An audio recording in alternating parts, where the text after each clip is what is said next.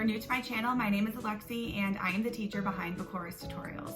In today's video, we are going to be talking about note-taking. There's so many different ways, methods, and strategies to note-take. However, I'm not going to be addressing any specific method in this video. Instead, I'm going to be discussing my top 8 tips on how to generally improve your note-taking skills. Now, all of these skills can be applied to specific note-taking strategies. If you would like me to make future videos on specific note-taking strategies, be sure to leave a comment down below. If you've seen any of my other videos, you know that when I talk about learning a new skill, I discuss how you need to start off small and then build yourself up. That holds true for any of the tips that I discuss in this video. It'll be super overwhelming if you try and implement all of these 8 tips all at once. So when you're starting off, be sure to pick 1 or 2 tips to practice at a time. Once you've mastered those skills, then you can add on more and more strategies.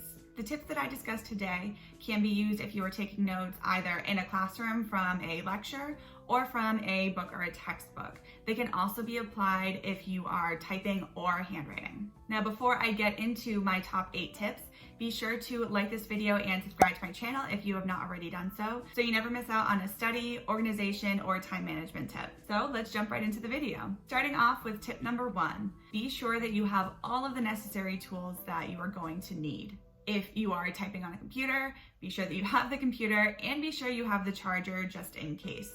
If you are using an iPad or a tablet, make sure that you either have a keyboard or a stylus if that is the method that you choose to use as you are taking notes. If you are using paper materials, make sure you have all of those. Most likely, you'll need at least a notebook and a pen or a pencil, but you might also need things like a ruler or erasers or highlighters. If you are in a specialized class like a math or a science class, be sure that you have a calculator and a ruler or any other specific materials that you need for that class.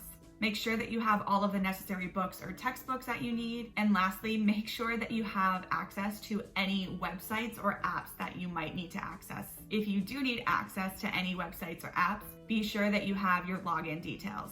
Tip number 2, use abbreviations. Now you can use abbreviations for names, places, events. Just be sure to be consistent. It might be a good idea to include a key so that way you remember what each of the abbreviations mean. I always recommend the first time you write out the name of the person, place, or thing to write it out in full. That way you can refer back to it later on. However, if you're writing this name 3, 4, 5, or more times throughout your notes, I recommend either shortening the name or just writing the first initial. It might not seem like it'll save that much time. However, it might save a couple of seconds multiple times throughout the class, and it might prevent you from missing any information that the teacher is discussing. You can also use abbreviations in other ways. For example, instead of writing the word "and," you can write a plus sign. If you are saying that something is similar to something else or 2 things are the same, you can use an equal sign. These different methods are going to depend on the class that you're in. However, I definitely recommend shortening or abbreviating any words or phrases that you can, as it is going to save you time. Tip number 3 is to include the date and title on all pages. If you are typing using either Microsoft Word or a Google Doc, you can write this in the header so that way it is on every page. If you are handwriting notes, then I recommend either writing it on every single page or writing continued if you are writing from the previous page. You want to include the main title on the first page of notes. I usually recommend this in the center on the front page. And then you want to include any subtitles that might be appropriate as well. I'd recommend marking your titles in some way. For example, underlining or highlighting, or maybe you can write them in all caps, or you can circle or put a box around it. Just make sure that it visually looks a little bit different than the rest of your notes. That way it'll stand out. Tip number 4 is to color code. Now this is going to look different depending on the student and depending on the class. You can highlight all names in one color and then all places in another color so they stand out as you are skimming through your notes. You can highlight all titles no matter which unit they are in the same title so you can visually see what the title is really quickly. All you need to make sure that you do is pick a method that works for you and make sure you stay consistent with that method. Tip number 5 is to structure your notes appropriately. As I mentioned earlier, I usually like to have the title of the unit or the chapter in the center on the first page, and then underneath that, I'll have the subtitle with details further indented and then examples further indented from that. Every time I start a new point, I repeat that process. You can see what I mean by looking at the example that I'm going to show here. Tip number 6 is super important. This applies to both lectures and when you are taking notes from a textbook. Anytime you see information repeated, underlined, bolded, anytime a teacher says you need to know this information, make sure you write that down. It is underlined, bolded, repeated for a reason. It's almost without fail important information that you will need to know. Again, make sure you listen to your teacher. They might specifically say you will need to know this later on, or this is important information to know. If they say that, be sure to not miss any of the information and write down every detail that they give you.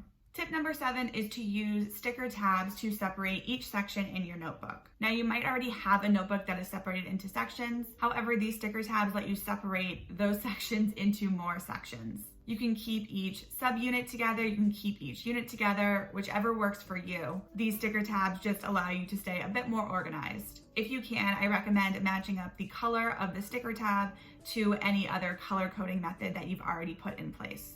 And my 8th and final tip is not so much of a tip, but something that you should make sure you keep in mind. All of the previous tips that I've discussed will definitely help you stay more organized and allow you to do your best in school. However, when you are taking notes from a lecture, time is of the essence. You don't always have the time to color code as your teacher is lecturing. So what I want you to keep in mind is the first time you write your notes, specifically when you are in class taking notes from a lecture, your notes most likely will not be neat. Because you need to keep up with the pace that your teacher is speaking, you will most likely write your notes down quickly so you have it written down and so you don't forget it. The methods that I previously discussed in this video more so should be applied when you are rewriting your notes, when you have time to sit down, review your notes, and make them neat and organized. If you do try to spend time while your teacher is lecturing, making your notes perfectly color-coded and perfectly underlined and bolded, you might miss out on important information that the teacher is trying to teach you. So as I've mentioned in previous videos, rewriting your notes is a wonderful tool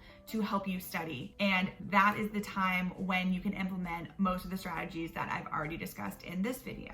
As I mentioned at the start of this video, I wouldn't recommend trying out all of these tips at once. Pick 1 or 2 that you think could work for you and practice those for a couple of weeks. Once they become habit, then you can add in another 1 or 2 tips. You might also find that some of these tips don't work for you, which is fine as well. You want to make sure that you implement the tips that are going to help you do your best. Again, if you have not done so already, be sure to like this video and subscribe to my channel so you don't miss out on any future study, organization, or time management tips. If there's a topic on note-taking or another skill that you would like me to make a video on, be sure to leave a comment down below. Thanks so much for watching, and I will see you next time.